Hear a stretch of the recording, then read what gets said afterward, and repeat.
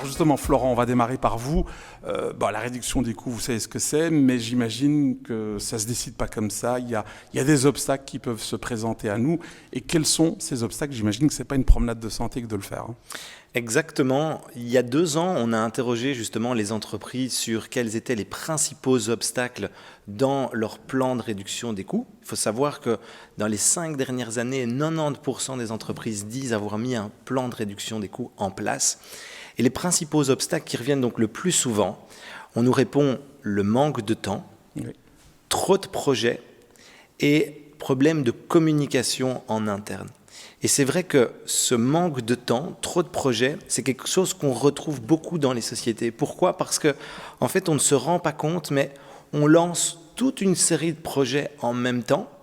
La réduction des coûts peut être un projet à part entière dans l'entreprise et on sait qu'en moyenne, dans les sociétés, 50% des projets n'auront jamais de fin.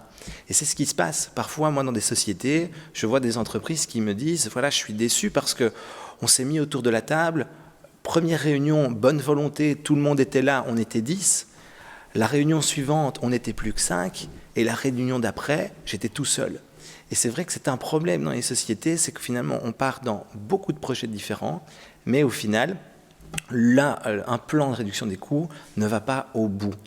Et la communication aussi, la manière dont les entreprises communiquent sur un plan de réduction des coûts a son importance parce qu'évidemment, quand vous annoncez à vos employés ou à vos clients, voilà, on va fermer telle usine ou on va licencier du personnel, ça ne donne pas forcément une bonne image, une image engageante.